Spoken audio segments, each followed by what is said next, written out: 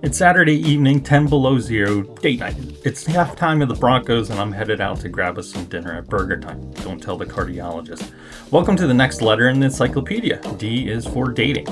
The most common question I get asked about this is, what's the Bible have to say about it? Well, the modern casual dating system of individual choice is a relatively recent Western development, so it doesn't say much about dating, but it does say a lot about marriage.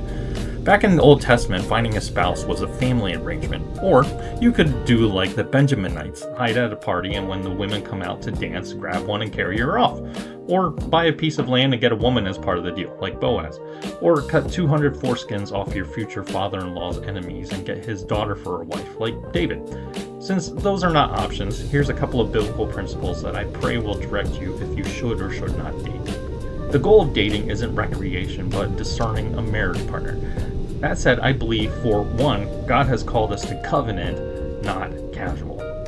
Marriage is a sacred covenant instituted by God Himself, so the relationships leading to it should reflect that seriousness and commitment. Imagine a friend goes off to a college, spending $100,000 a year to go there, but when he gets there, he spends all of his time socializing in a dorm with a roommate and playing pool 24/7. You'd be like, dude, if you're gonna spend all that kind of money, wouldn't it be better worth it to train for a career, a long-term future, something? The same thing with dating. Your heart is a priceless treasure. It has been bought with the most precious thing imaginable, the blood of Jesus Christ. We would be foolish to invest our heart equity on anything less than a deeper, more meaningful, beautiful future. More than socializing, having fun, or having a roommate, God calls us to something deeper, covenant. So above all things, guard your heart. Watch what you spend your heart equity on. Number 2, if covenant is what you seek, know it requires work and preparation, but ultimately is the most rewarding. Casual is easy, but it has consequences. If you casually date someone and they get annoying, the common response is dump them. But if you repetitively practice that, it actually fosters commitment issues or difficulty resolving conflict.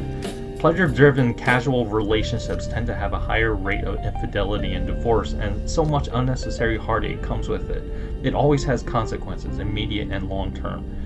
If you had a choice, would you rather have a car that you have to restart every few minutes, or one that starts and stays started? You see, casual starts, but it stops often. Covenant takes a lot of heart equity and you have to work for it, but something that will start and stay is worth the wait.